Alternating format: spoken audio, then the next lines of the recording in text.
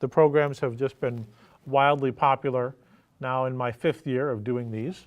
And I think one of the reasons that they are so popular is that people like the fact that this is not a shopping trip for me. I never offer to buy or sell on a commission at any of these programs, and I think people like that. They know that they're not getting someone with an ulterior motive looking to pick up a bargain and turn around and sell it and make money on it. There's nothing wrong with that. That's what an antique dealer does. I'm not an antique dealer. I am an appraiser only.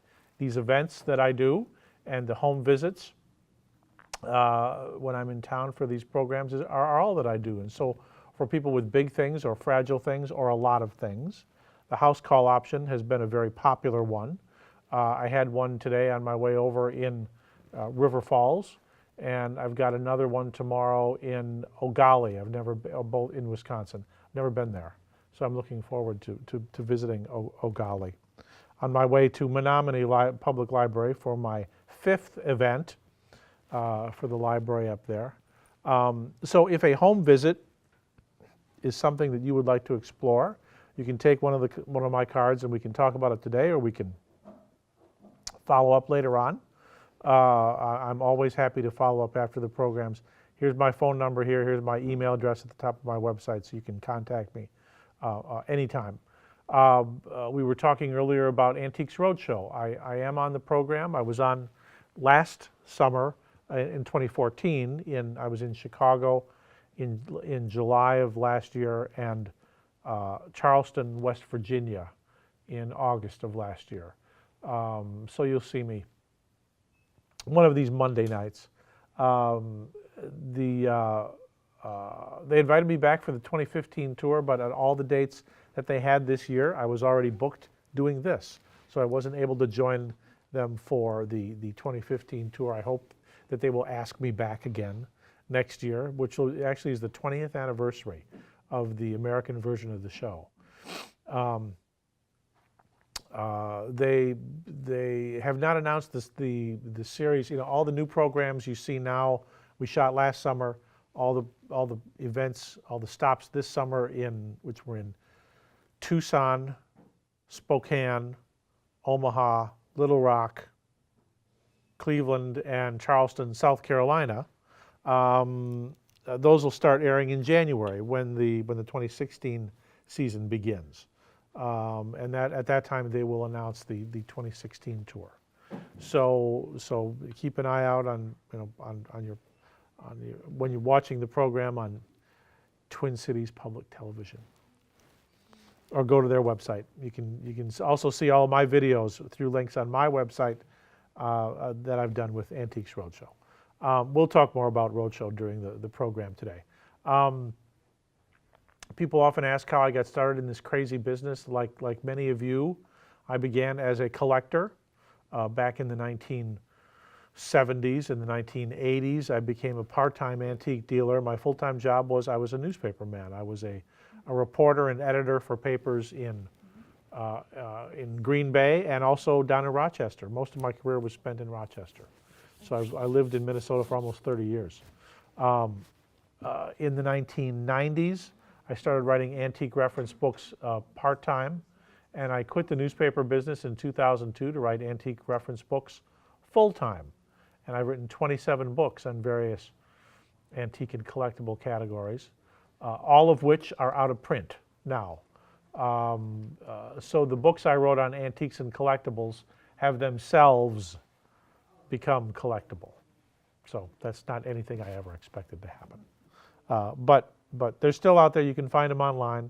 There are also electronic versions of the books. So no matter how many of these events I do, I never know how much I know until I'm presented with a question or a puzzle or a challenge. So let's see how much I know. Donna. That's my. Interesting. It used to have more color in it, but I More guess color. the dryness of my apartment must have. Well, it's a really pretty big satin glass vase with enamel decoration on florals in these kind of blown out. I thought that was kind of a sand. molded. Yeah, it is. It is rough and textured, but it's enamel, which is powdered glass. Oh, okay. How did you come to have this? It was handed down in the family. Okay. So, and I don't know if it was from the kids' great-grandparents or the great-aunt. Okay. And It's- I never questioned, nobody's around to ask. It was probably made in the 1930s, so it's Okay. about 80 years old. Yeah. The condition is pretty good. It is a little bit worn, as you mentioned, but it's a style of glass that typically doesn't come in this color because they call it goofus glass. Oh, I thought it was opaque. It is. It is okay. opaque, but in terms of style, goofus glass is the main term. Now you can see on the monitor, or we can look here at you can look over my shoulder if you want, and I can show you what we have. So typically, goofus glass is black and gold and red. So this is kind of an unusual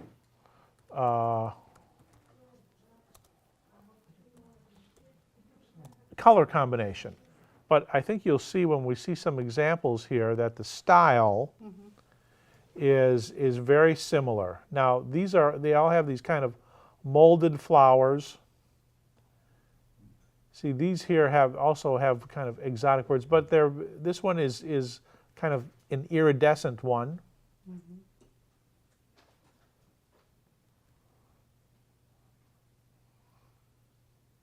So there are many, many variations for goofus glass pieces. Now, if we just look, for instance, for a satin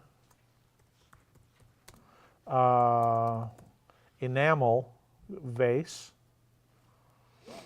we get many, many more possibilities. Now, I want to narrow this down a little bit more because of the molded flowers. Okay. Then the enamel that they put on pottery now is different from this?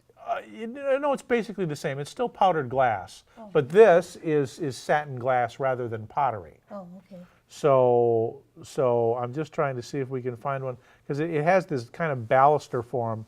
Yeah, I'm not getting enough examples here.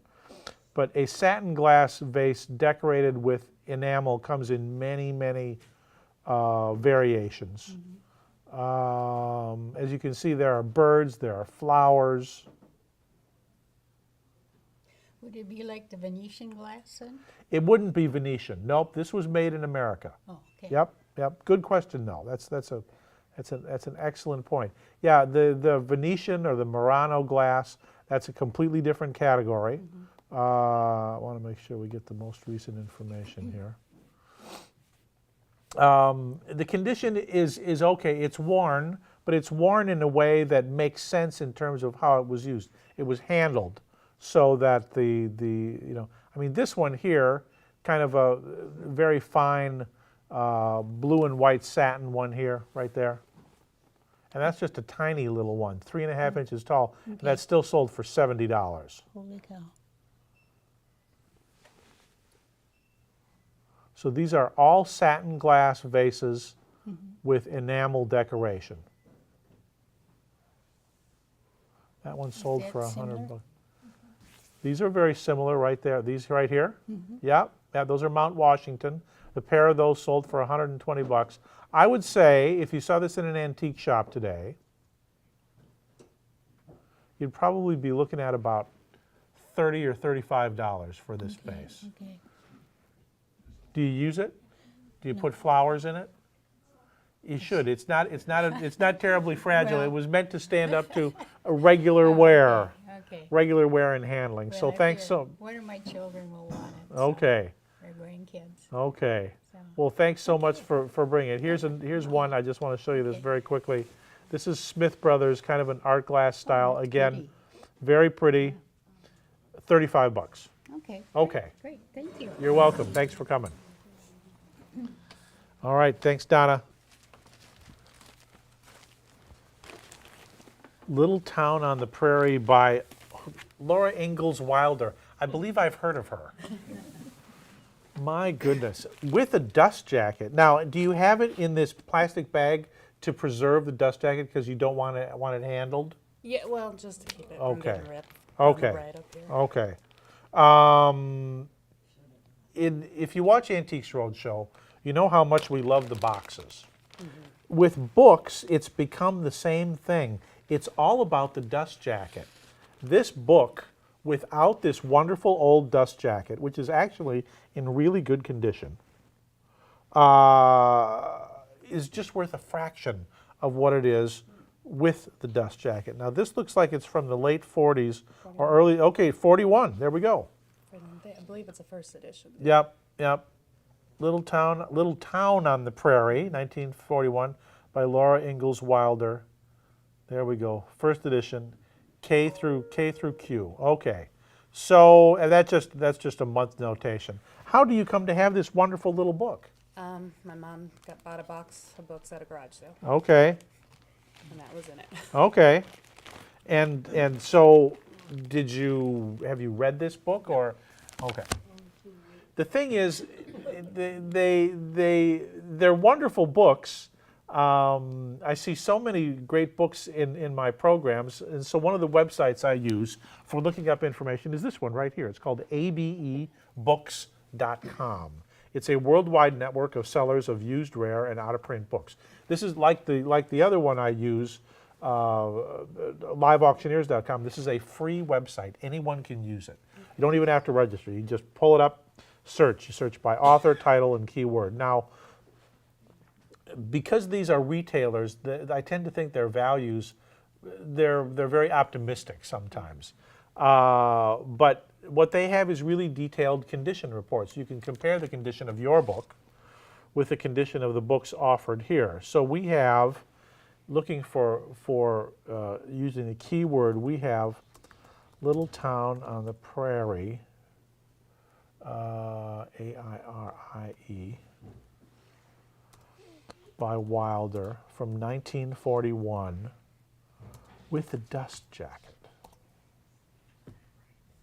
7 of them. There are only 7 of them offered on this website, and there it is. Now, I have a feeling first printing with mild foxing to the covers, edges in very good condition. Let's open this one up. Compare the dust jacket of your book with the dust jacket on this book. Pretty close.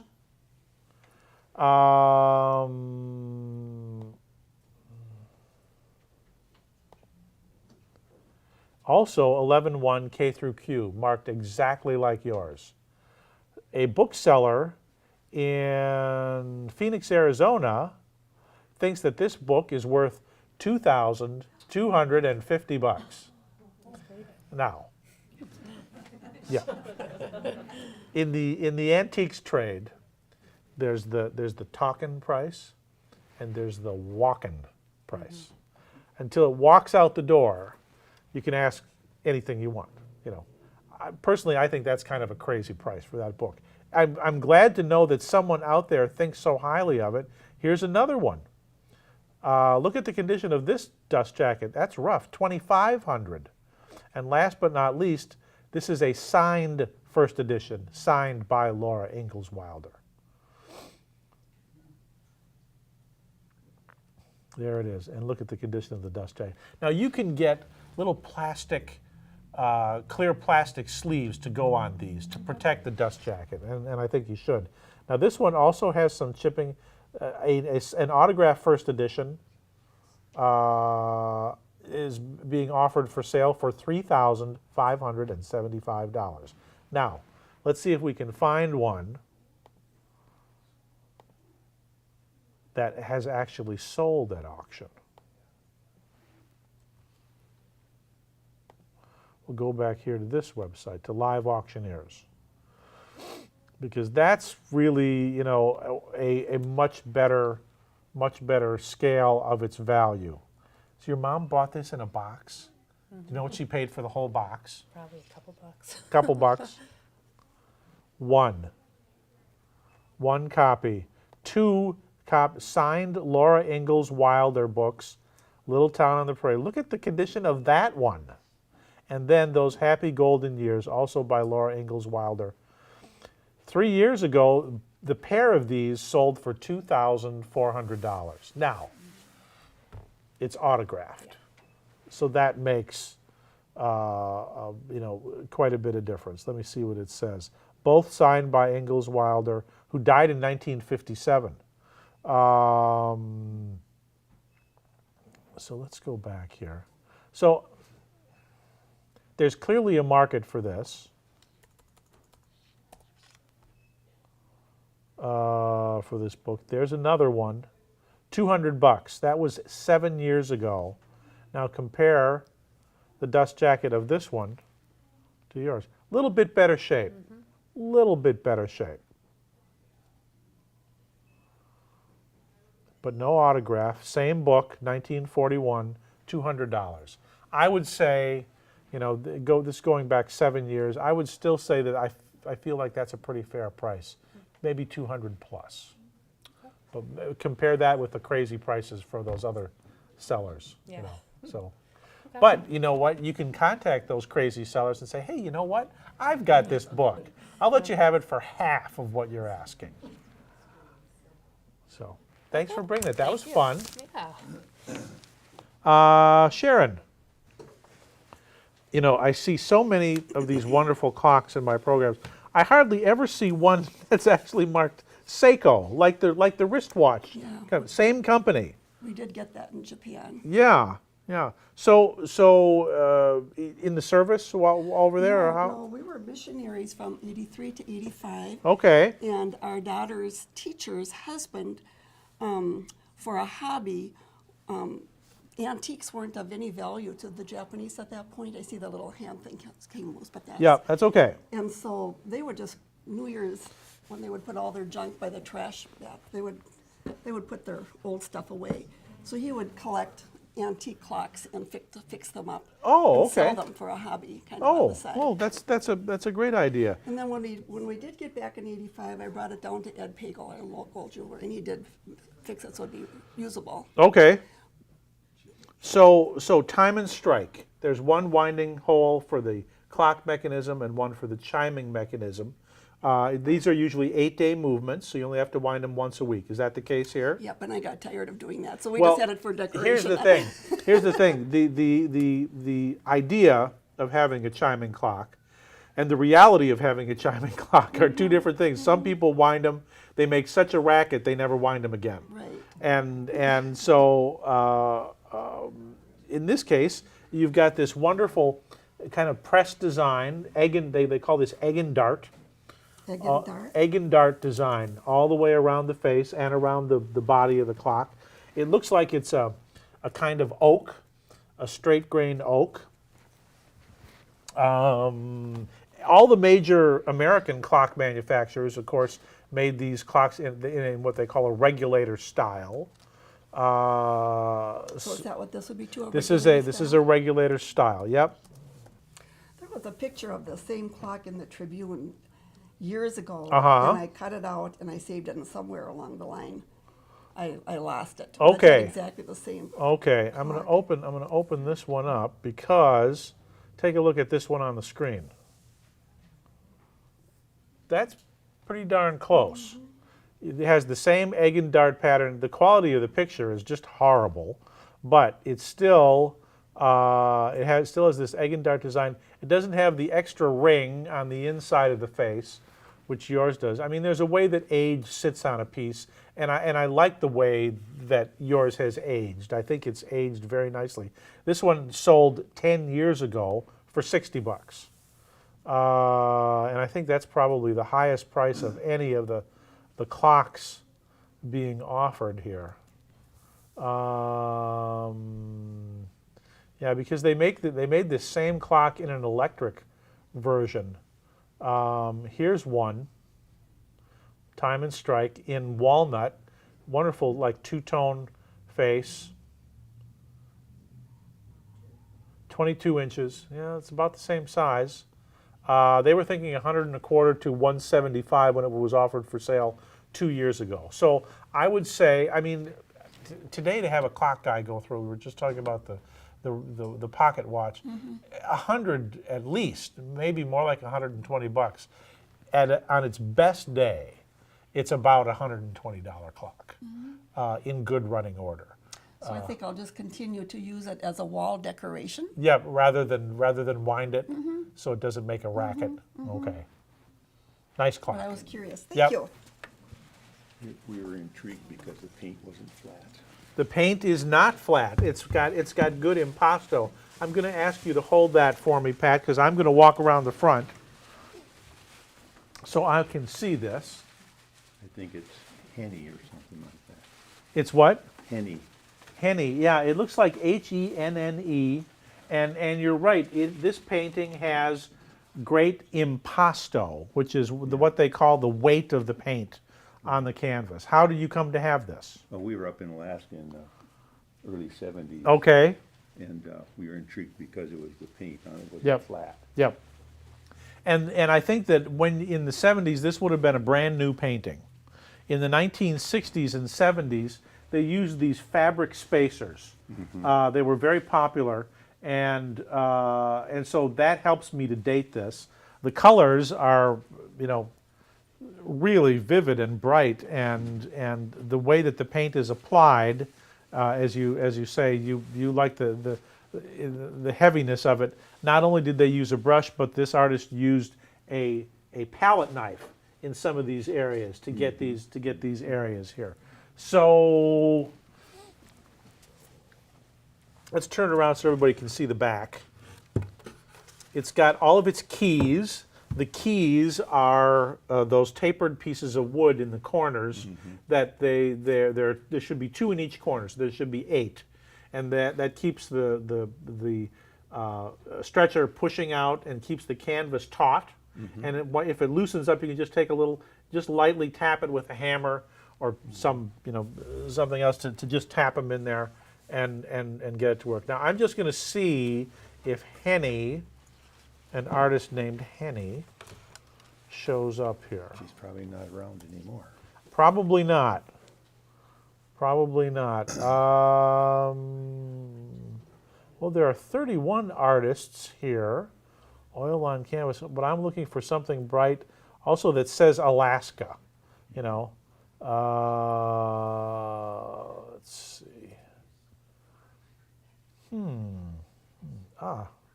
Ellen, I wonder if it's Ellen Henny Goodman. Look at that on the screen. And look at that there.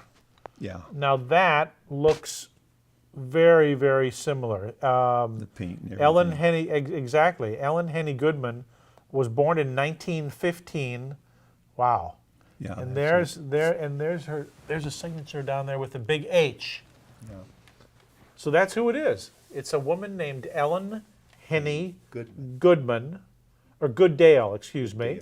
Goodale. Goodale, Goodale. So now we know her paintings are pretty well regarded. I mean, this is 500, 450, 600, 550. What'd you pay for it in the 1970s? No idea. Okay. Well, that one we just looked at sold a year ago, March, for $475. I mean, it's the kind of painting that if you saw it in a at Goodwill, they might have it marked, $5. There's one other resource I want to use to look it up here.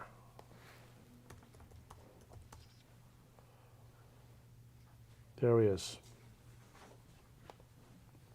There are 32 examples of Ellen Goodale's work here in this database, which is called Ask Art. An annual subscription to Ask Art is $2,000. So, but obviously we were able to find her work other places here. The top price for a painting at auction by Ellen Henny Goodale is this one right here, $1,680.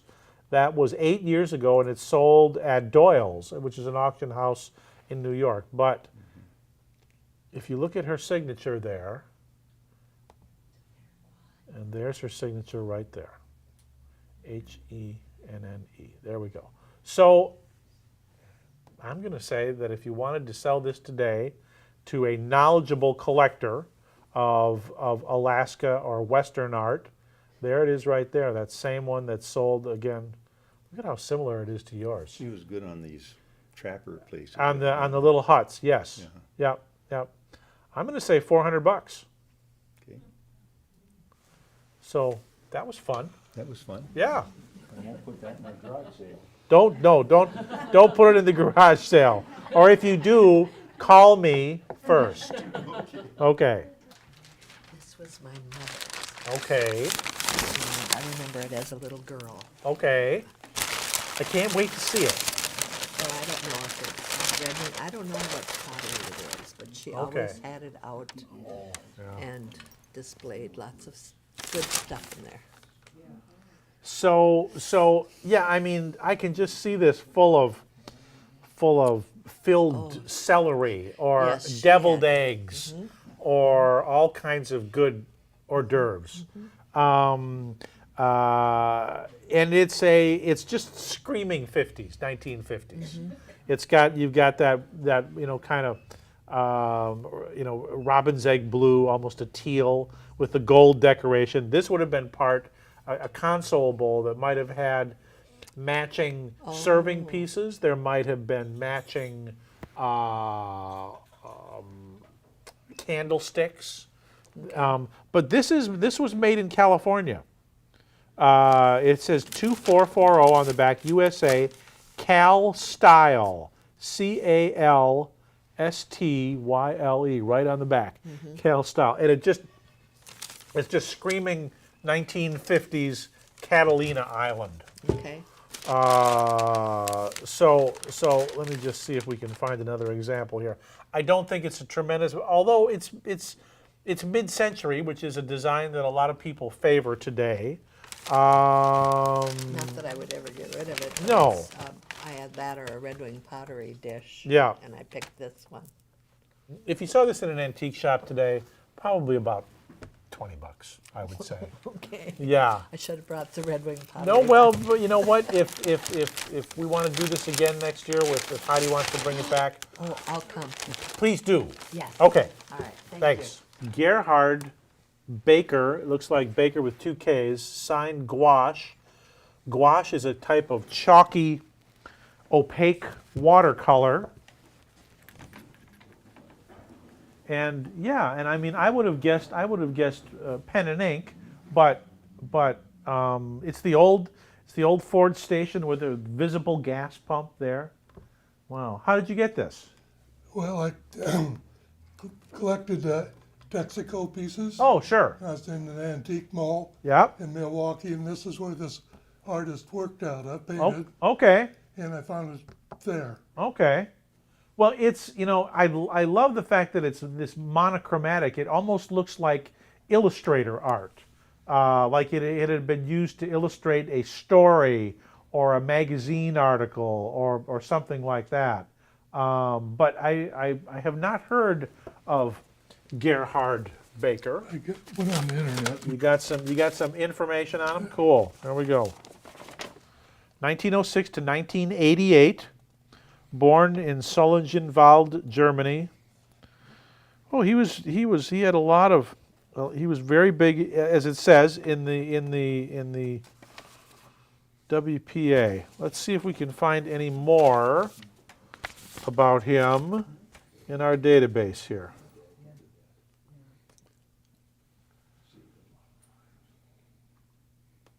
So, how long ago did you get this? It was the early 2000s. Okay. There he is. There's one example of his work out there. Oh, that's frustrating. But it is a bronze. Interesting.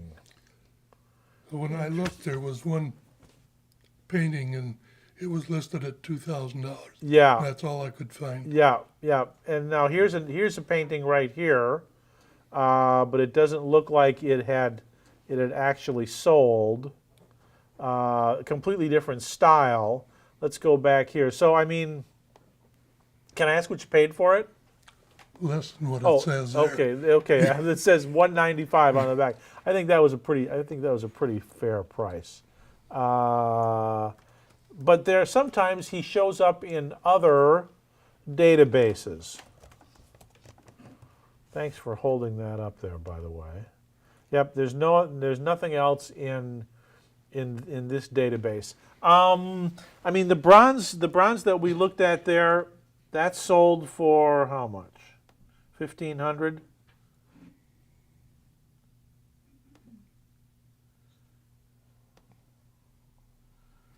Yeah, no, yeah, 1523, and that sold at Christie's in Amsterdam. But I thought with the Ford advertising and the Texaco. Yeah, right. You've got the globes there, and there's the Sky Chief. Yeah, it's very well done. You know, I mean, if you paid $150, I think you could probably double your money. I would say about 300. Okay. Thanks for coming. Sure. Okay. Oh boy.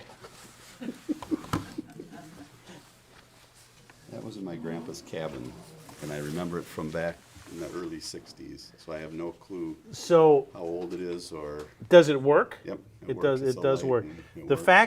fact that we should say that this is a lamp. This is like a TV lamp. Right. That you would have set up in a rumpus room bar or something like that at home, advertising Schmidt beer, the brew that grew with the Great Northwest. Wow, several companies used this same covered wagon advertising motif. You could buy the wagon separately and then have your name printed on this. I've seen one other wagon similar to this. The condition of it is just fabulous. I don't think it ever had like a hitch. I don't think it ever had horses or anything. But just the fact that the cloth, the covered wagon cloth, has held up this well is pretty amazing. Do you ever light it? I mean, do you ever turn it on? Not for a long time. I did this morning to see if it still worked. Okay, It does. if you do, and there's nothing wrong with it, just make sure you use as low a watt as possible. I mean, 40 would be the absolute maximum. More like 20. You can see a little. Little darkening scorch, over the, little scorch mark there. And I don't know if the flag was with it, but it's got 48 stars on it. So I Okay. don't know if Okay. that was just shoved in there in the end or. Now, for instance, here is a miniature chuck wagon, and then there is a little wagon right there, and I'm pretty sure that's it. Yeah. Right there. For Pfeiffer, That the was made real by beer from the Great Lakes country. I think that was made by Schmidt. I think it was. So. I think it was. So the pair of these, I think this is the same exact size. Unless, do they have dimensions? There's a model covered wagon here, and then the other Pfeiffer beer advertising stenciled. 19 by 11, I think that's this one, and then 27 by 10. Yeah, so the pair of them sold for $125 10 years ago. It's rare, and beer collectors, sober or not, love this stuff. So I would say I think a fair price for this all by itself is about $125. Yeah. Any clue as to when it was? I think it was made in the late 50s or early okay. 60s. Yeah. All right. Hello, Becca. Hello. This plate on the back. It says O&E Royal Austria. Is this part of a larger set? Yes, it is. Okay. What do you know about this set? I know that the plate is white Yep. and that it was my great-grandmother's and it's been handed down since then. Okay. It's a high-fired vitreous china. It's meant to stand up to regular, even heavy wear. Perhaps not every day, but at least several times, maybe a couple times a week. And its simplicity actually kind of adds to its appeal today. The flower decorated ones, the real frilly, scrolly designs, are not very popular today. So this is a nice, clean, simple design. Do you use this set? No. That's part of the problem with these, because if you can't put it in the microwave and you can't put it in the dishwasher, and I don't know that that's the case with this, but I'm guessing you probably can't put it in the microwave or dishwasher. Nobody wants them. In most of these sets, if you could get $1 a piece, then you'd be doing very well. Okay. So I would say use it, enjoy it. Don't worry if a piece or two gets a little nicked or dinged. But if you wanted to sell it, $1 a piece is All about right. what you could get for it. All right. Thank you very Good. much. Thanks, Becca. Nice to see you Nice again. to see you. Okay. What a nice folky landscape. Yeah, it was done by J.J. Slutton, Okay. and he was a Norwegian immigrant who lived in Northfield. Okay. Sletten. There it is, Right. 1924. He was trained as a cobbler, and the story, I have a number of stories that were from the Northfield News Okay. that, and Maggie Lee, who was the editor there, sent me a bunch of them. But anyway, the story is that he learned to paint when he was babysitting. He got bored babysitting for one of his children. Okay. And he took out some charcoal and started to sketch. So that's the story of how he got started, but then he went on from there. And in 1926, one of his paintings was in an exhibition of Scandinavian art in New York City. Cool. It was selected to represent Minnesota.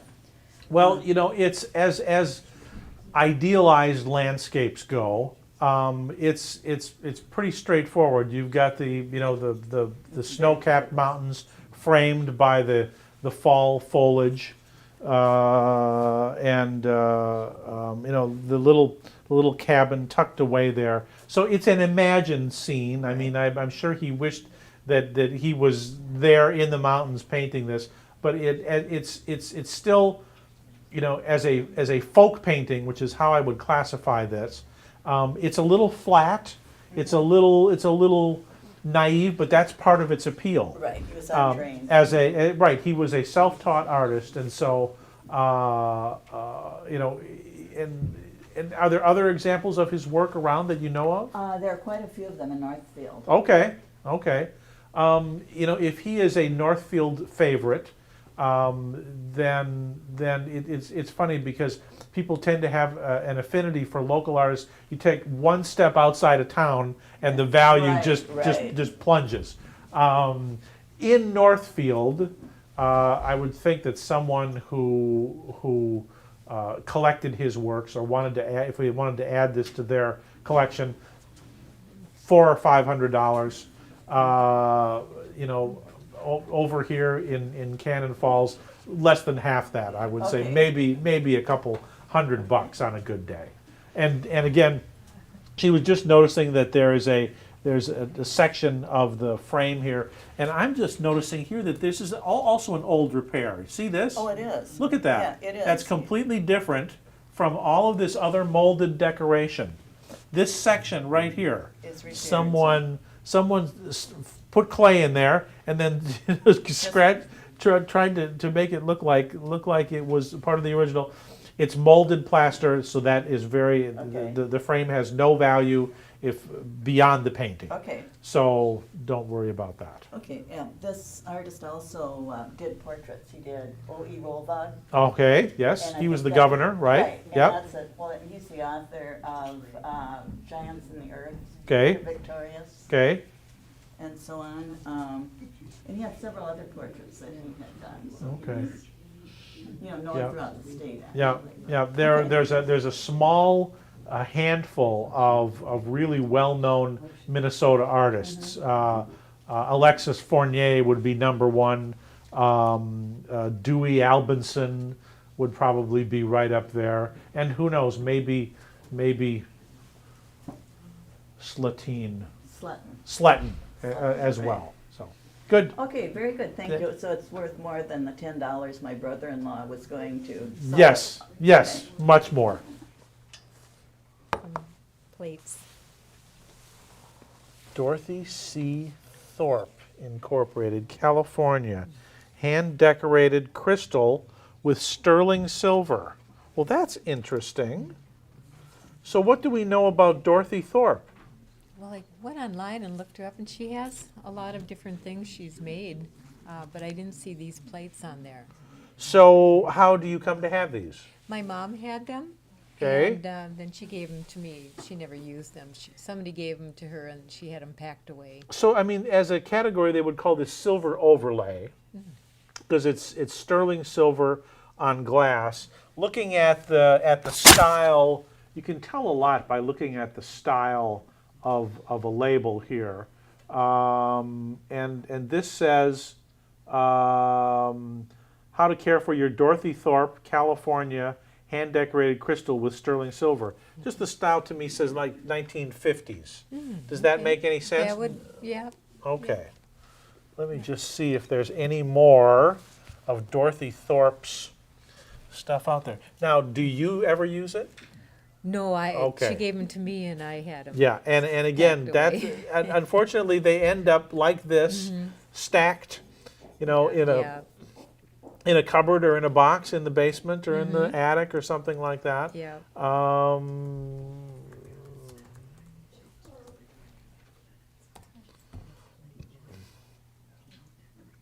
Aha! Interesting.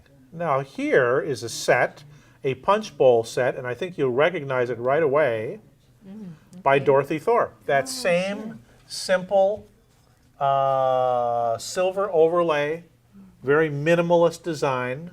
This punch bowl and cups sold at auction for $350. Oh. Let's go back here and see if we can get some more. How long ago did this sell? A matter of weeks ago. It sold really? October Oh, my gosh. 24th. So someone just Oh, bought that. Here's a couple Dorothy Thorpe pieces, $30. Here's another gorgeous set here. Didn't sell. Interesting. Although I want to open this up because this is really unusual. How does that...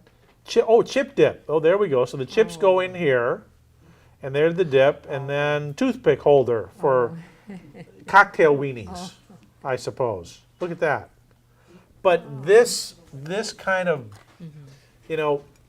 irregular baked design is part of its motif. It's not. I mean, if it had been me, I suppose I would have been tempted to polish it, but not according to this. Shouldn't polish it. So they were thinking, when this was offered for sale, that this would sell for between, $20 and $30. That was just in August. So Dorothy Thorpe is associated with mid-century design. Here's some Dorothy Thorpe lucite candlesticks, pretzel candlesticks. Let's look at those. Those are cool. Look at those. $350 for that pair. oh my gosh. So, interesting. There's a Dorothy Thorpe table. There's let's see, what else? There's a Dorothy Thorpe lamp. Decanters. Look at this whole set here. Mid-century silver-rimmed colorless drinkware by Dorothy Thorpe. There's a lucite magazine rack. So she was very much associated with mid-century design. So you've got how many of these? One, Four. two, four of them? I'm going to say $25 a piece. Great. Yeah. Oh, good. Thanks for bringing them. All right, That thank was you. fun. Yeah, thank you very much. I had never heard of her, so I hadn't I'm learning either. too. Yeah. Aha.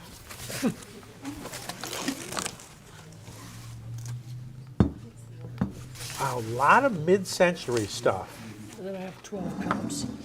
Okay, so it is a wonderful ruby glass punch bowl, 12 cups, Yep. and the ladle.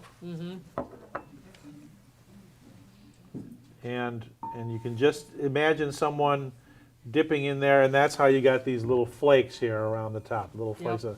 But I think this is 1930s. What do you know about this? I know it's, there's got some tags on it. and Okay. It's 36 to 39. Okay? It's just screaming Art Deco design. How do you come to have this? My brother-in-law lived in D.C. and he collected a lot of antiques and stuff like that. Okay. And he had contacted a appraiser, and he had mentioned that he knew this set, but he had never known anybody to have the ladle. Yeah. And he had only known of 5 ladles, but had never seen it. Okay. And when was that? About 25 years ago. Okay. And unfortunately, he died before the guy could come and actually look at the set. Okay. Well, I can imagine, I can believe that the ladle would be the rarest part. Because it's basically this cup with a little bend in it when it was molten, and then you can see they just stuck on a big glob of glass to make the handle. Wow, look at that. I love it. I think it's as an Art Deco design, it's so iconic. And do you display this? Do you use it? I don't use it. It's up in the cupboard with glass, so it can be displayed. It is displayed. Okay. I mean, as a category, they call it ruby glass. Correct. But the ruby glass has been around for a long, long time. It goes back to the before 1900, and right up to the 1960s and 70s. But I've never seen one in this style of punch bowl. Yeah, I've tried to look online, and the tops all flare out and whatnot. Right, and that's kind of what I'm seeing here as well. However, there it is. With the ladle. 8 years ago, 14 pieces. So that's 12, 13, 14. I know that someone along the way would value this a lot more, but this set sold for $35 in 2007. So, and it included the ladle. So I don't think the price has gone up a whole lot on it since then, but I know that someone who loves 1930s design, they say absolutely nothing about it. It says 14-piece ruby glass punch bowl set. Doesn't say deco, doesn't say anything, doesn't say who made it.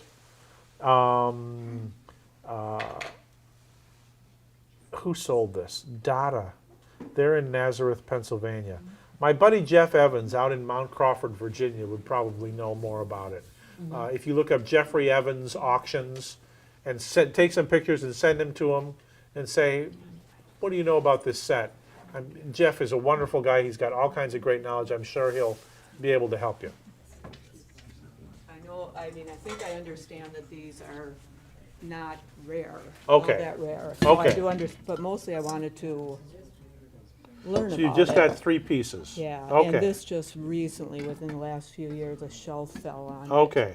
But a Okay. glass shelf. Okay. But they're a little different, I thought. It's a beautiful set. It's got to be marked, and it's got to be silver plate, and it is. And it's pear point. So, if you want to see a name on the bottom of silver plate, pear point is a good name to see. Okay. So this is what they would call a repoussé design, so that the design is done on the inside, so you can see it on the outside. This kind of molded, with the exterior design, and that's REPOUSEE, I believe. Okay. So we have a pear point quadruple plate tea set that has the teapot, a creamer, a sugar. It would also have had a waste bowl. Have you ever seen a waste bowl? It would have looked a lot like this. In fact, this may even be the waste bowl. The sugar bowl might have had a lid. That So makes sense, yeah. people always ask, can I polish this stuff? And yes, you absolutely can if you want to. But the thing to remember is that the silver plating on these pieces It's just microns thin. And if you use an abrasive polish, it'll take the silver right off. So let's see what we can find. What were you going to say? I was just going to say the one thing that I thought maybe it's not uncommon, but you know, the designs of this are a lot of like different animals. Yep. It looks like a duck and Yep. I don't know, sea Yep. serpent. There's all kinds of mythological creatures and scrolls and decorations. So Pearpoint. Is that like P-I-E-R? P-A-I-R. Oh, pear. Okay. P-O-I-N-T, one word. Pearpoint. Oh, it's old too. I think it's stamped on there. It's on. I can read it better on this. It says 93 Yeah, 1893 would make sense. and made in Yeah. Massachusetts. Okay, Bedford. So I mean, here's a nice set with the teapot, the sugar bowl, the creamer, and the waste bowl. $30. Oh, Yeah. okay. Yeah, I mean, I had heard they're a dime a dozen. You know, They're floating all over the place. they're very common. Yeah. They you know, at this point in the late 19th century, these sets also had a very high lead content. Oh. So even with the plating, in this case, it really just should be used as a decorative item. I could put flowers in it. You That could. would be cute. You could. Now Yeah. here's a design. This says 356. What does this say? This is 329. Here is set 356. Very similar. These are footed. This sold for $80, but that was 7 years ago. Oh, so sure. my buddy Tommy Harris down in Marshalltown, Iowa, sold that. Oh, So, okay. Yeah, it's kind of too bad because, I mean, I think they're very attractive and then a person could imagine that they'd be worth something since they're so old, but I kind of knew they were. If age was the only factor, they would be, but Yeah. silver plate was just produced in huge numbers. Okay. Okay. Yep, thank you. You're welcome. Thank you. Just wondering, what could be the story behind this? It was found in the city dump. You know, it's strange that I don't see more old bottles in my programs because I love old bottles. And this one, she was just telling me, was found in the dump. It says water, and then there's a picture of a waterfall. Actually, it kind of looks like Minnehaha, doesn't it? And then it says National something fine.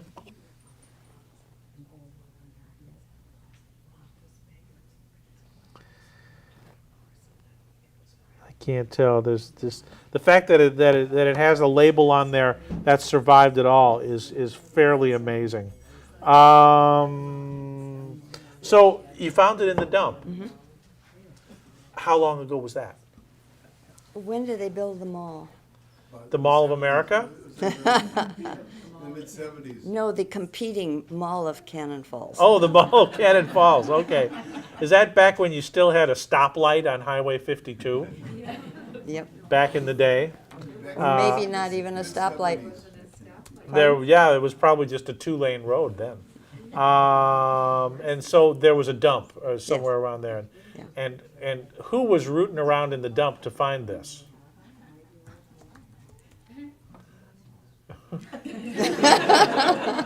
It's okay. Bottle collectors are a special breed. Most bottle collectors know that the best place to find old bottles is old abandoned outhouse holes. And so they get right down there. Not gonna do it. Good, Okay. good. You have to draw the line somewhere. There you go. There you go. So let me just see here. I have never seen a molded bottle quite like this one. However, refrigerator bottles. Son of a gun, there it is. Cool. Look at that. So these would have been bottles that would have contained drinking water that would have been put in old, probably an icebox or early refrigerator.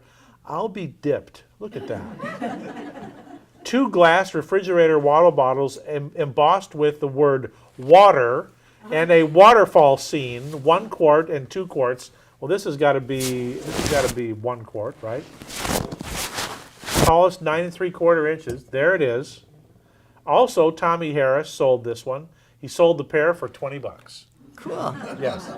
Very nice. Thank you. Okay, thank you. I'm expecting to get rich today. Okay. You expecting me to help you do that? Yes, Okay. please. Okay. Well, the story is, these were wedding presents for my grandparents who were married in 1892. Yep. And beyond that, I know nothing. Yep. They are beautiful, but they are absolutely unmarked. Again, it's a high-fired vitreous china. It was meant to stand up to a lot of wear. They would call this a lobed bowl because of these sections here. It's all hand decorated with gilt. This is all, gold paint, enamel decoration. It could be German. It could be Japanese. I have a feeling it's more likely to be German. So the date again was 1892 is that makes perfect sense. So this is late 19th century. I'm almost certain German hand decorated pottery. How rich did you want to be? At least 1,000. At least 1,000. I have to start slicing off zeros there, I'm afraid. So if I sliced off 1,000, then it would be down to $100 for the pair. But that would be lying. Oh, okay. Yeah. They're beautiful. I'm sure they were part of a larger set. I have no knowledge of that. Yeah. The more I look at them, the more I think that these might be Japanese. But that's okay. That's okay. They should be marked Nippon, which is what they were making them in the late 19th, early 20th century. Beautiful. Beautiful. All hand painted. Most of the Nippon I see is a transfer design. This is all hand painted. I'm going to say for the pair, about $50.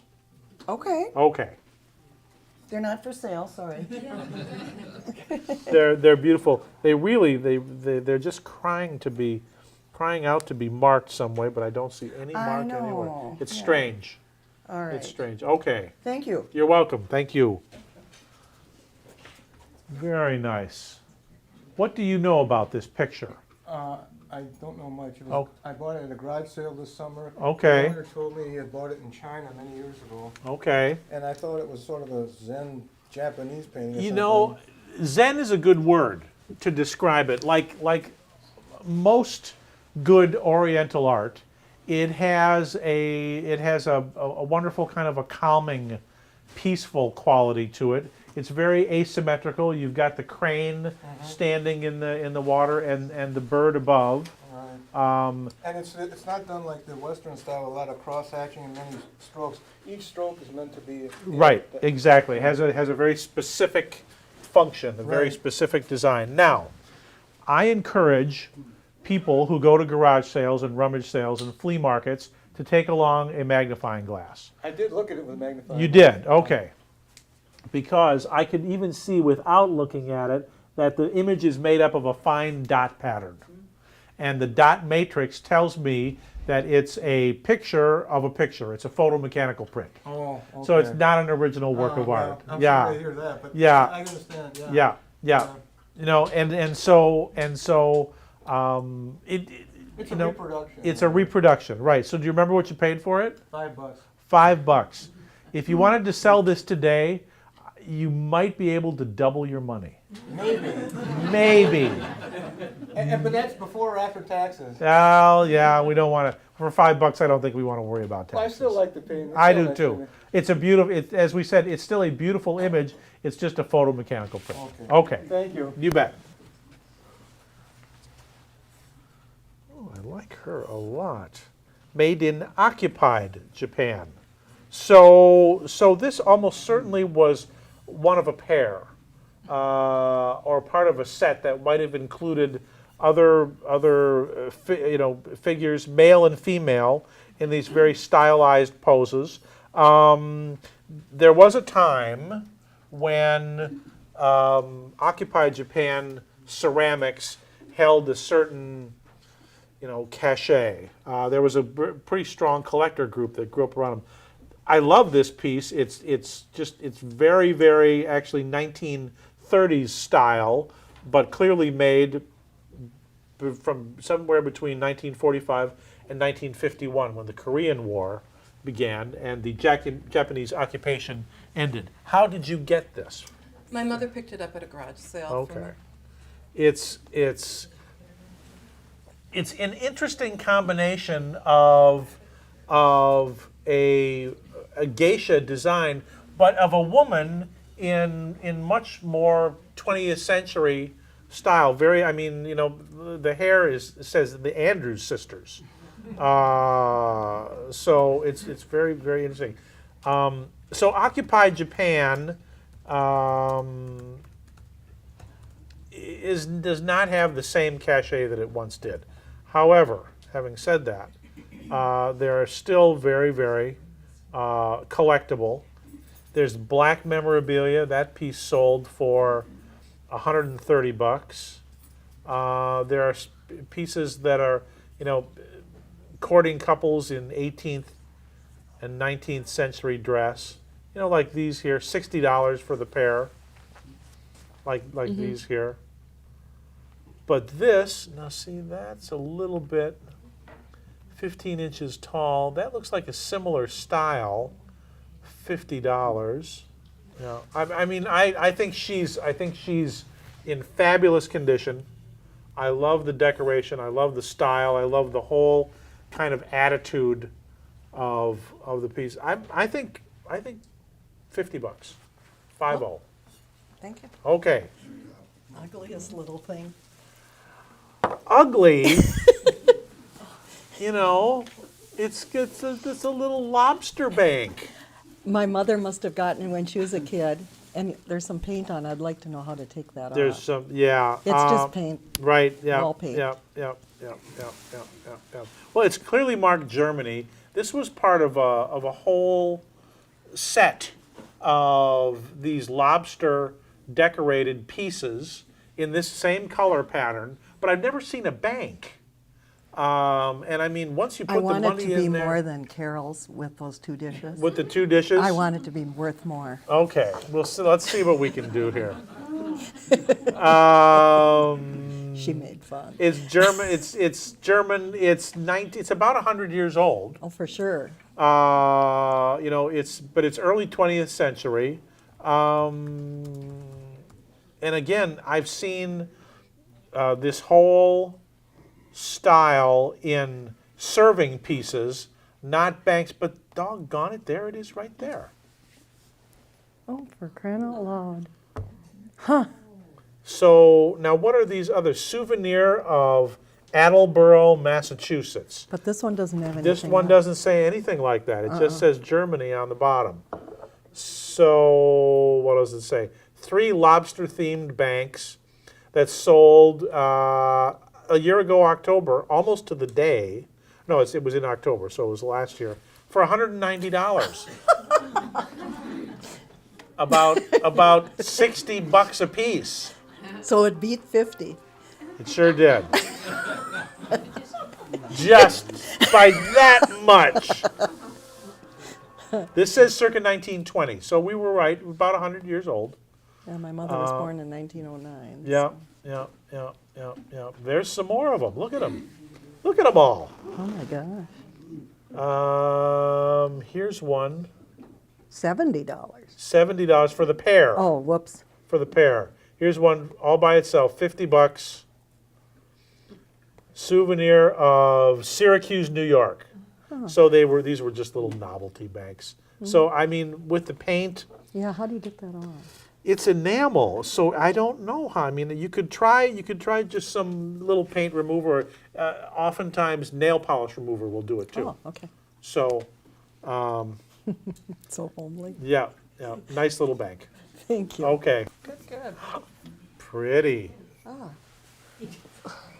Pretty. I don't even have to look at the bottom to know that this is a piece of Roseville pottery. Mm-hmm. And there it is. In the bleeding hearts. Very nice. So how did you get this wonderful little Roseville jardiniere? An estate sale. Okay. So Roseville came out with these floral designs in the 1930s and 40s. They were hugely popular. And Roseville did something very smart and very helpful to people like me today. They assigned each of these a number.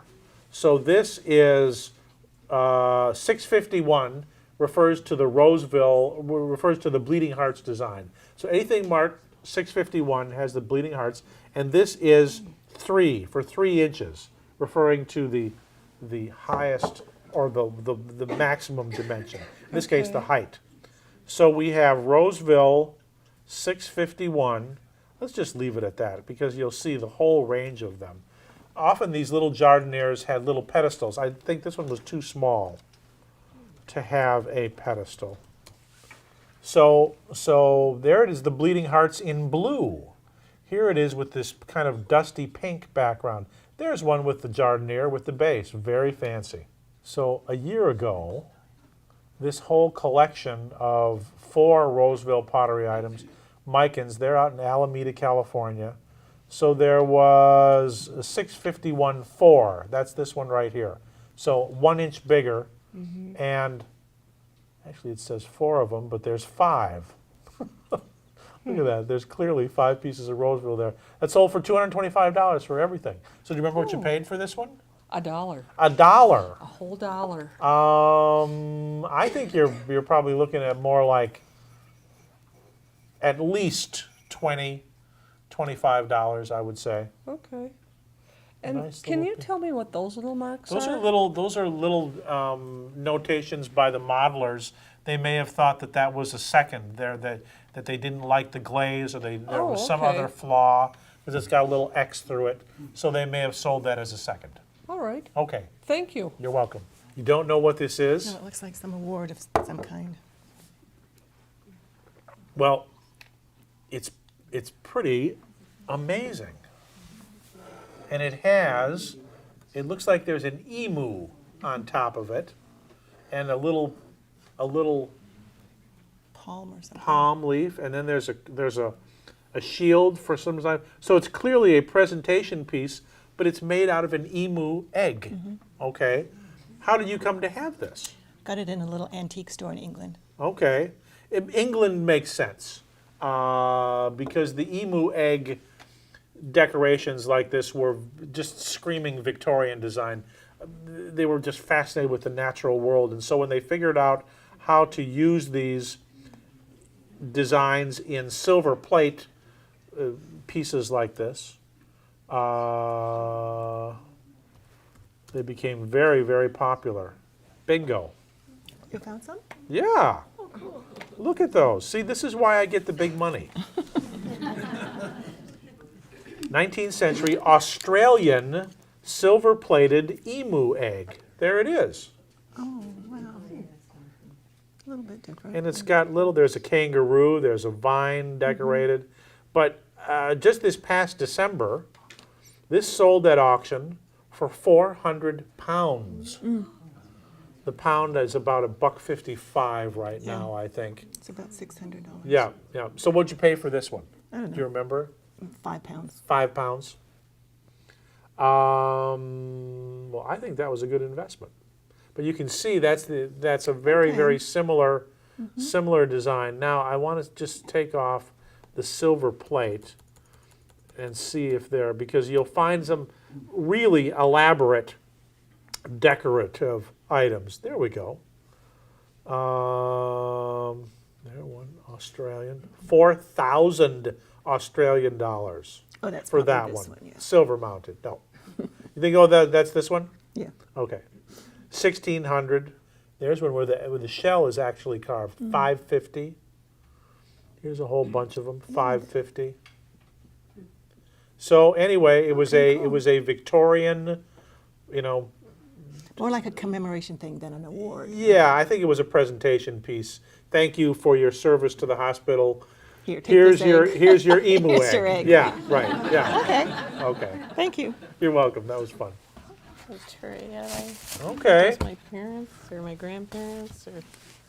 Okay. Actually, it looked like a cake dish or something. It does. I'm sure that it's exactly what it is, a cake stand. It's marked very, very I know. small. I could make out Japan. Okay. That's all I could make out, though.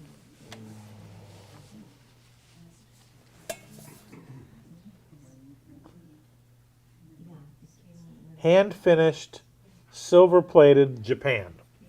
So, first thing I notice about this is the way it's made. I mean, they want you to look at the front side, the pretty side, but you can see it's stamped metal. So it's not even hand finish. It was stamped from a machine. Oh. So very, very inexpensive. The date, I think, is probably Korean War, 50s. Does that make sense? It's typical of the kinds of things some of the GIs were bringing back as World gifts. War II? It could be World War II. Yeah, Okay. yeah. Although looking at the box feels more like late 40s, early 50s to me. You know, sometimes on Antiques Roadshow we talk in code. And one of the code phrases we use is, well, it has decorative value. And that's what we have here rather than monetary value. I think just a few bucks. All right. Okay. Thank you. Translation dictionary. Okay. Ordbach. Okay, so this is something that an immigrant Yeah. might have brought with them Yep. My great from grandparents and from great-great. Scandinavia. Swedish. Okay. Swedish English Dictionary, published by Nielsen and Lundbeck, Foreign Exchange Bankers, State Street, New York. Price 50 cents. So these books were often also sold by companies selling land to get the immigrants on the train out here so that they could buy the property that was being sold. This book has been well loved. I think it's had most of the value loved right out of it. Do you speak fluent Swedish? No, I don't. Okay. No.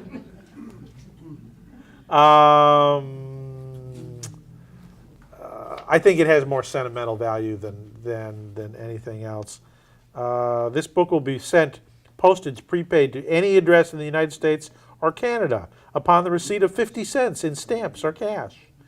In Sweden, the price is 2 kroner. How about that? No How year or about anything that? on it. It's no year, but it's got to be right around 1900, I would say. It is between 1890 and 1910. A wonderful little book worth a couple bucks. Okay. Okay. Thanks for bringing it.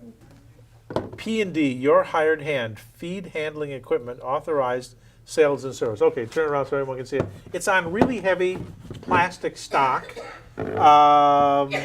which tells me that this was probably mounted on it may have been mounted on a vehicle of some kind. How did you get this? It was in the attic of a garage that we owned. Okay, We so just they found it up left there. it, yeah.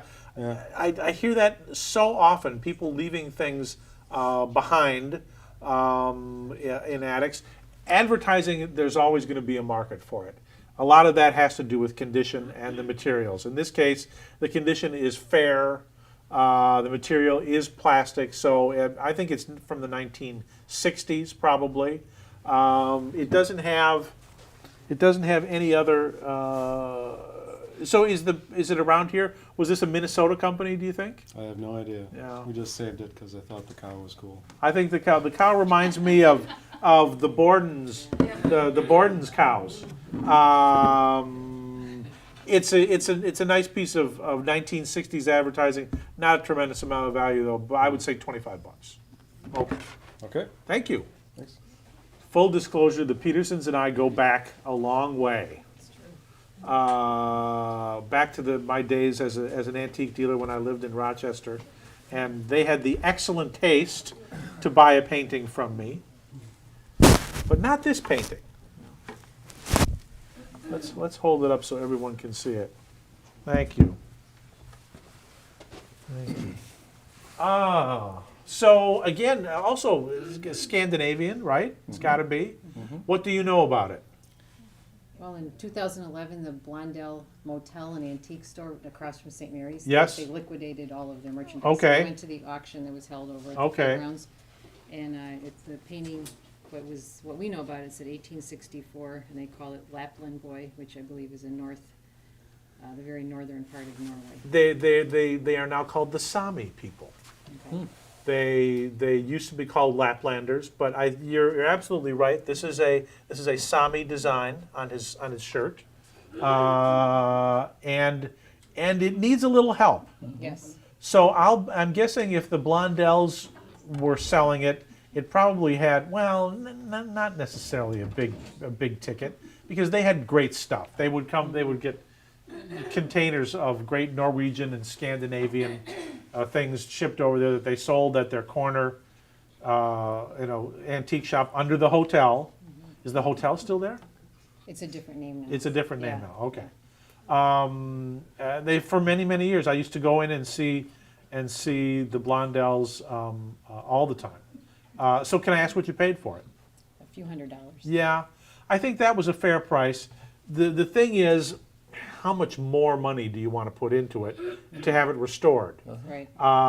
It could be made perfect. It could be. You would never know that there was any paint loss. That you would never know that there was any crazing. It would benefit from a light cleaning. That would cost. The restorer I use in Milwaukee, Landmarks Gallery, I'm sure it would be in the range of $1,000. It's not a $1,000 painting. Okay. You could take it to the Upper Midwest Conservation Association, which is attached to the Minneapolis Institute of Arts. They do fabulous work. They do museum quality work. They also charge museum quality prices. Sure. So sounds like it's been totaled. I mean, if you want to put more money into it, you certainly can. It will be beautiful. They'll even fix the frame. And again, this is just gesso on wood. It's just plaster on wood. I think about $200 or $300 was a fair price in this condition. All right. Okay. So Good. I'm so glad to see you guys. Yeah, it's fun to see Thank you you. too. Yeah. Thank you.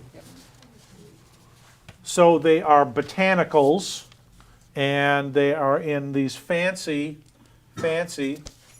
wooden frames. The frames are older than the prints, and you can see from the back there's some fresh backing on them.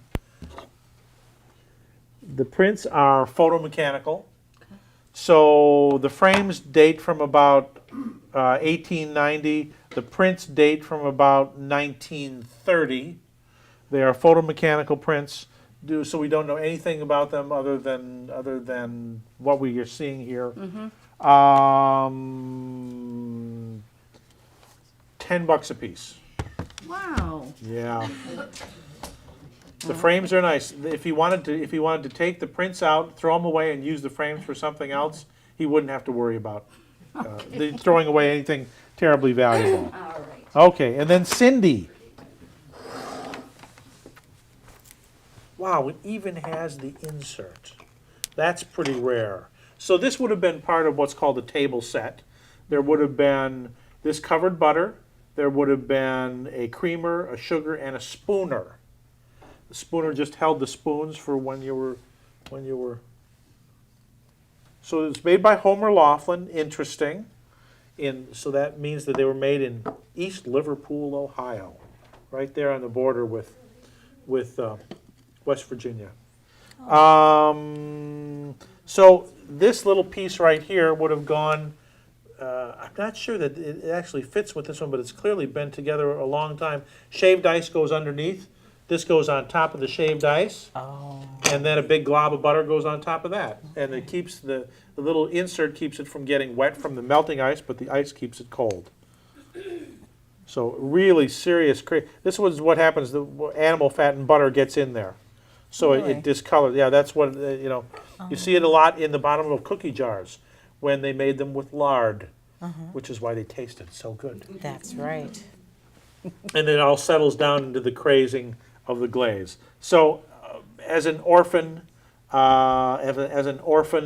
covered butter dish from about 1915, just a couple bucks. Okay. Okay.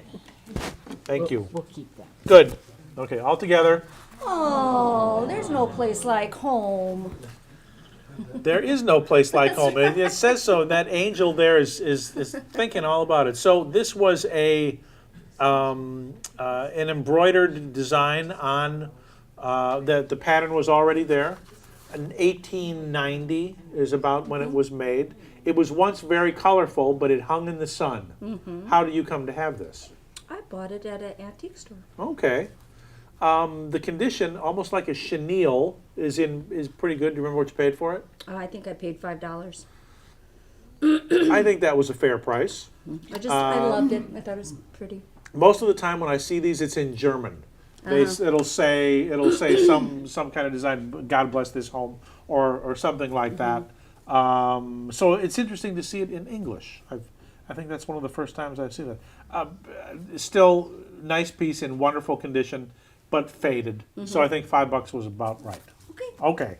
There's Kirby. Kirby and here, and I have a baseball bat. Okay. And Harmon Killebrew. Yep. So there's one here.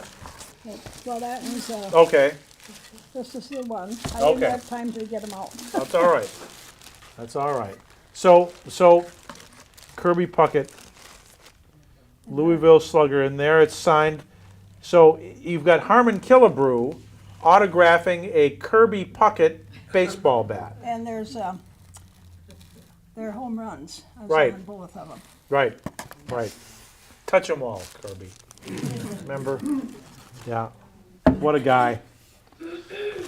So how do you come to have this? My son had all this. Okay. And these books would go, Yep. this is Harmon's, Yep. and this is Kirby Puckett. There he is. So as more contemporary baseball collectibles, it's a tougher market for these.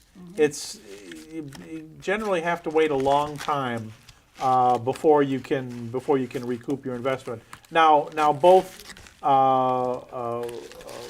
Harmon and Kirby are no longer with us. No. So that might change the market for these a little bit. I mean, now here are some autographed bats, members of the 500 and 3,000 hit clubs, and of course Harmon was at 573, I believe. Yep. But not a game-used bat. That makes a lot of difference. Flame tempered. Here's 500 home run autographed bat. And it has Ted Williams, Frank Robinson, Harmon Killebrew, Reggie Jackson, Mickey Mantle, oh my goodness, Willie Mays, Hank Aaron, Mike Schmidt, Ernie Banks, Eddie Matthews, and Willie McCovey. And when this was offered for sale a year ago, January, someone had an appraised value on it of $15,000. It sold for $400. The thing with sporting collectibles, including bats like this, is that they have to be graded. The level of detail that has come about for determining the value of these things has gotten so minute, has gotten so fine, that the only way for collectors to accurately compare a piece like this is that it has to be sent off to a grading service. This one came with a certificate of authenticity, and it still ended up selling for just $400. I'm going to say for the bat, probably about $100. Give it another 100 years. Okay. Okay. I'll just hang in here. Yeah, please do. Let's all get together again in 2115. Yeah. Yeah, no, as a contemporary collectible, it's just a tough, and it does have to be graded. Okay. So, Yes, I know it's from an antique store in either Taiwan or China. okay, And it's over 50 years old. I know that because I got it 50 years ago. And okay. So this is a hand-painted stoneware Okay. teapot that would have had a rattan handle. Okay. So did it have a handle when No. you got it? No, just the Okay. little top. Okay. So it's decorated with figures. This guy's riding a Kailin, which is a mythological creature, kind of like a combination of a lion and a dragon or something like that. Is it Chinese or is it Taiwanese? It's Chinese. It's Chinese. Yep, okay. yep. It's Chinese. So you've got a figure on it. It looks like he's also carrying might be Guan Yin, the goddess of mercy, carrying a little baby there, because there are courtiers holding fans over her head. Yeah, so it would have had a rattan handle. It has this little cover on it, which is all original. Do you remember what you paid for it? I got it as a gift from. Oh. I was house sitting for somebody, and they brought it back from China. Okay. And this is like 50 years ago. Yeah, yeah.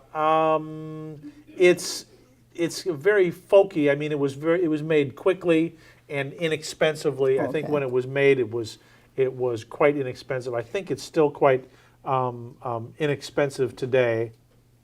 Something like this one here, $40. Here's one with a rose medallion style. I would say today about $30 or $40. Okay. And is there a market for it? For this one, I would say probably don't spend any more money to sell it, meaning try Craigslist, which is you can post nice images of it. Start off at $50. Give yourself a little negotiating room. I think that would be the best way to go. Okay. And I have one more question for Sure. you. Do you think that dishes will ever come back in value, like Nope. the antique dishes? No. If you can't put them in the microwave and you can't put them in the dishwasher, no one. You just don't hear people saying, "I got to go out and buy a set of china." They just don't do it. Okay. And so, unless you want to take up skeet shooting, I'm not sure what to do with those wonderful old dishes. Use them and enjoy them. Okay. Thank you so much. Sure. Local butter crock. Yeah, but Lots of cracks. but it's got advertising on it, and that's the important thing.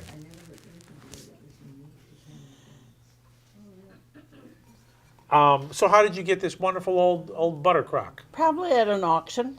Okay, return to North Star Creamery, Kenyon. Yeah, it does have some tight cracks to it, but if this didn't have advertising on it, it would be worth about $1. Okay. Now, if you go down to the Countryside Mall, Chuck Drameter has some fabulous pieces of advertising. However, they're still in the shop. Okay, so it's the difference between the walk-in price and the talking price. He knows what he thinks they're worth yet, but until someone comes in and reaches into their pocket and hands him some money, a tougher sell. So we've got a piece of advertising made in Red Wing, made in probably the 1920s. It's the white stoneware, not the salt glaze, and it's damaged. But I still think because it has advertising in Kenyon, this should bring about $50. Might take a trip. I think you should. I think you should. Nice to see you. Nice to see you too. Thanks for coming. I thought it was next Saturday, but luckily I don't ever have plans. I just have this beautiful pink bowl. Pretty. So if you wanted to find a comparable example of this on the internet, how would you describe this? What are the words that you would use? Is it rose glass? Maybe. I don't know how. Maybe. Like a I would fluted start bowl? with hobnail. Hobnail. I was gonna say bumpy. Bumpy. It is. Bumpy bowl. Bumpy bowl with a ruffled top. Yeah, like fluted It's maybe? opalescent, and it's cranberry. So what are all the key words we have here? We have let's go on with it. This is all appraisers do, is that we speak this language. So we have a hobnail, ruffled, opalescent. There it is, pretty close. Pink opalescent hobnail vase. Oh, I said this is a bowl. And then, well, but I mean, it's a kind of, it's a vase plant. I mean, there's one right there. Oh, a cranberry, that's the other word that we forgot. That'll narrow it down even more. Okay.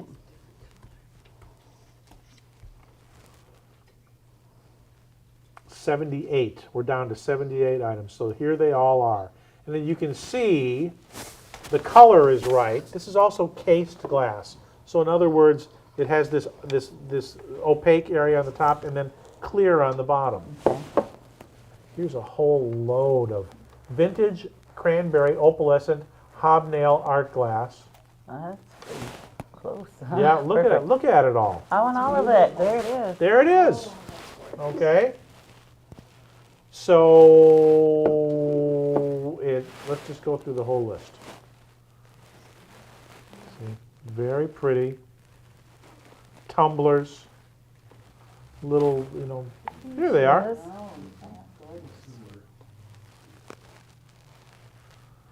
So it says cranberry opalescent hobnail art glass group, some likely Fenton. I think that's probably true.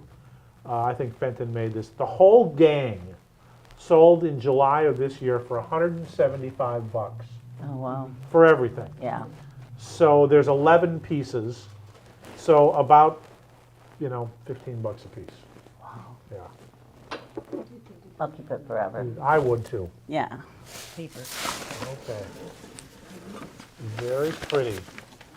What do you know about this Well, wonderful little pot? what I was told, it came over from Denmark with my grandparents when they were little. So Yeah. other than that, I don't know, and it's just got numbers on the bottom. Right. Right. So it would be called a chocolate pot. Oh. So for a type of cocoa, an after dinner chocolate. A chocolate. I've got a chocolate set at home. Yeah, yeah. It's very nice. Hand painted, not a transfer design. Very 19th century. You can see both of the little catches here have some damage, and also there's a tiny, tiny little chip there. It seems like a small thing, but it takes away almost all the value. Wow. Every time I see something like this, I'm reminded of the nice lady who called me up once, and she had a cookie jar that she wanted me to help her figure out the value of, and she was describing it to me over the phone. And I said, "Is it perfect?" And she said, "It's 95% perfect." And I had never heard anyone describe something. It either is or it ain't. and this is also 95% perfect. Just sentimental value, I'm afraid. A little lovely 19th century chocolate, maybe a teapot. I always consider it a teapot. I do Yeah. have an absolutely perfect chocolate set at home. Yeah, yeah, with little cups and saucers or little tumblers. Yeah. No chips, no No nothing. chips. Yeah. Yeah. This one, just sentimental value for this one. Okay. Okay. Okay.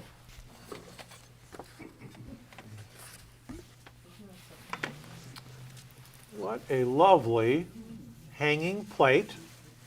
It says made in France, and it was never meant to have food use. It was always meant to hang on the wall.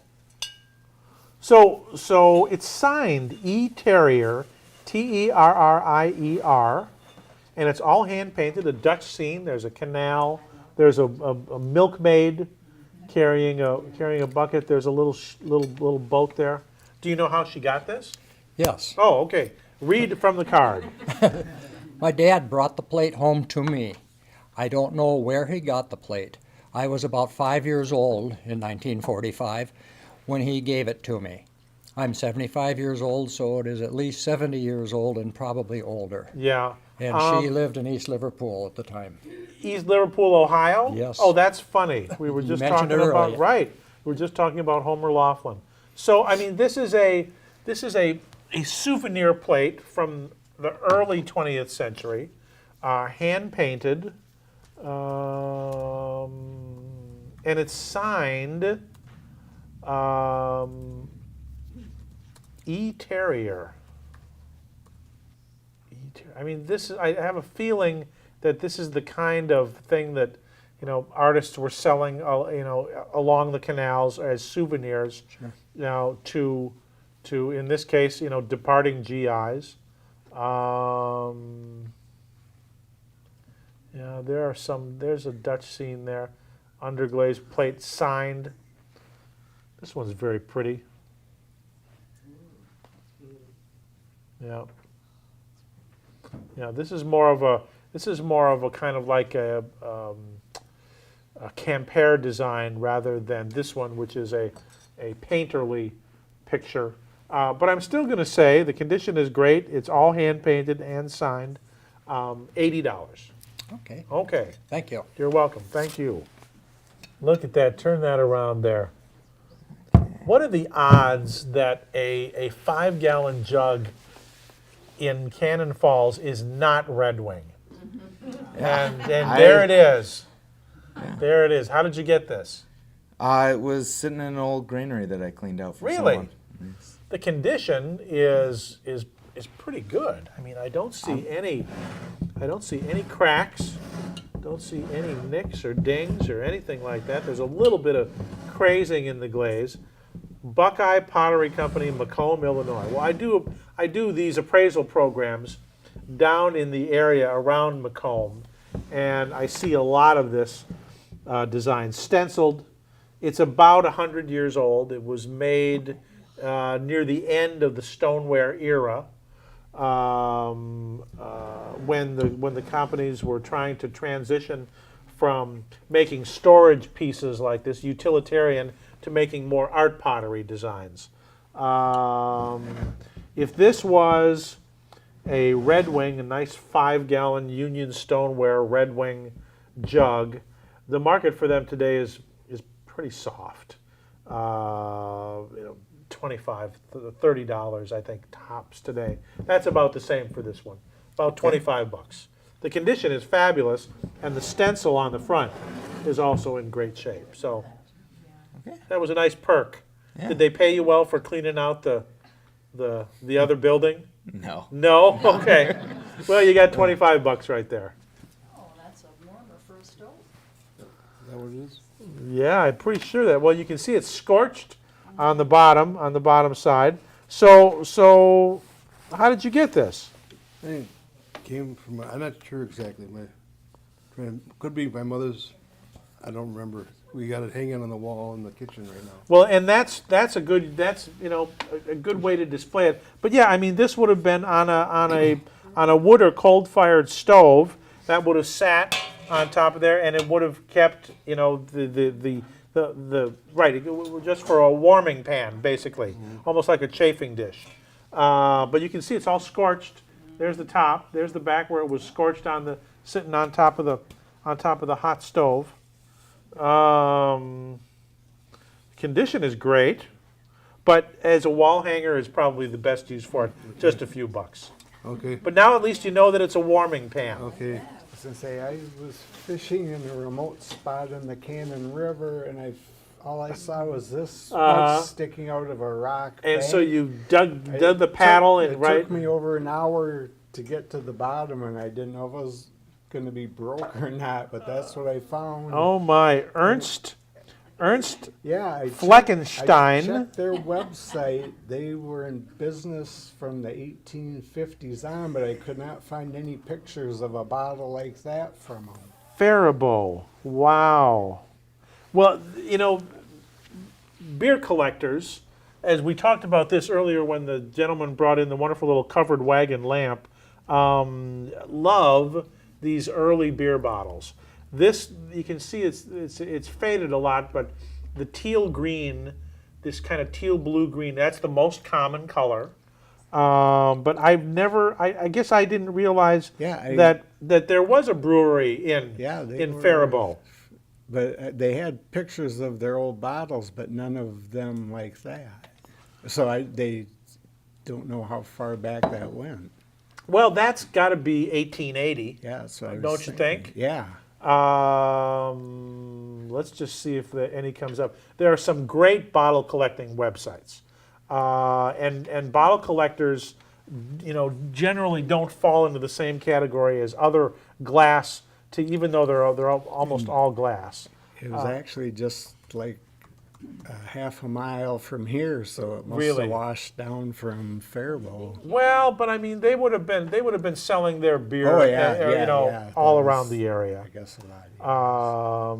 Here's Fleckenstein, Columbia, Pennsylvania. So there was a. Now this may have been related to the Fleckensteins. Maybe they came west. No, this Ernst Fleckenstein Brewers. Yep. These are both Columbia, Pennsylvania, Fleckenstein. These are all Columbia.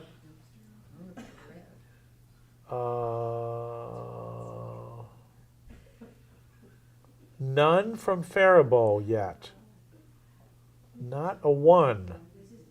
I mean, the ones that we were looking at here on this first page, $5, $10, $5 across the board, $3. I would say been in the same range, $3 to $5. I have to sell it on Craigslist. I think that's the way. Or check with a dealer, as someone in the antiques trade in Faribault, and see what they say. All right, thank you very much. That was fun.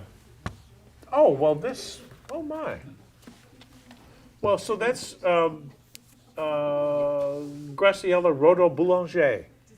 So I've seen a lot of her posters and other pictures, but I haven't seen a signed print like this. How did you get this?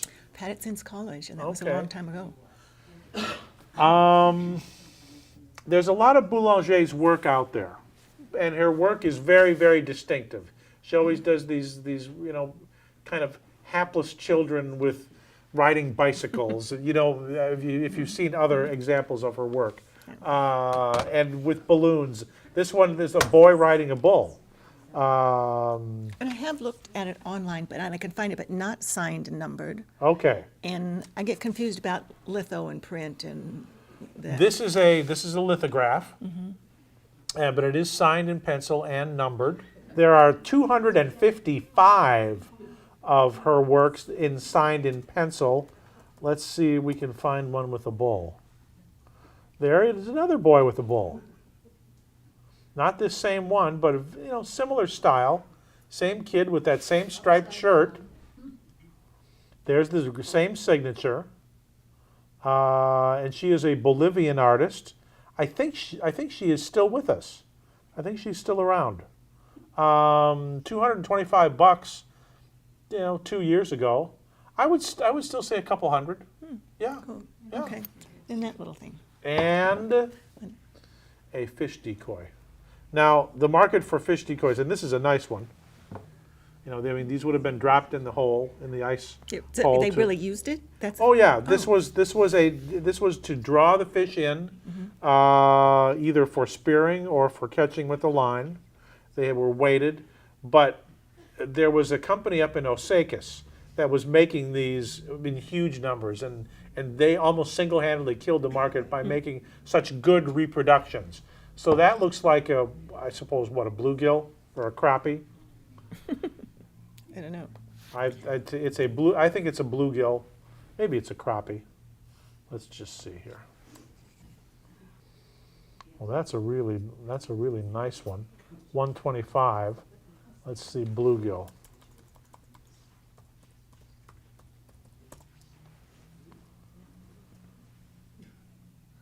Yeah, that's just a carving. That's not a working decoy. There's a nice one, 85. Yeah, okay. I would say 80 to 100. Okay. Yeah, cool. Thank you.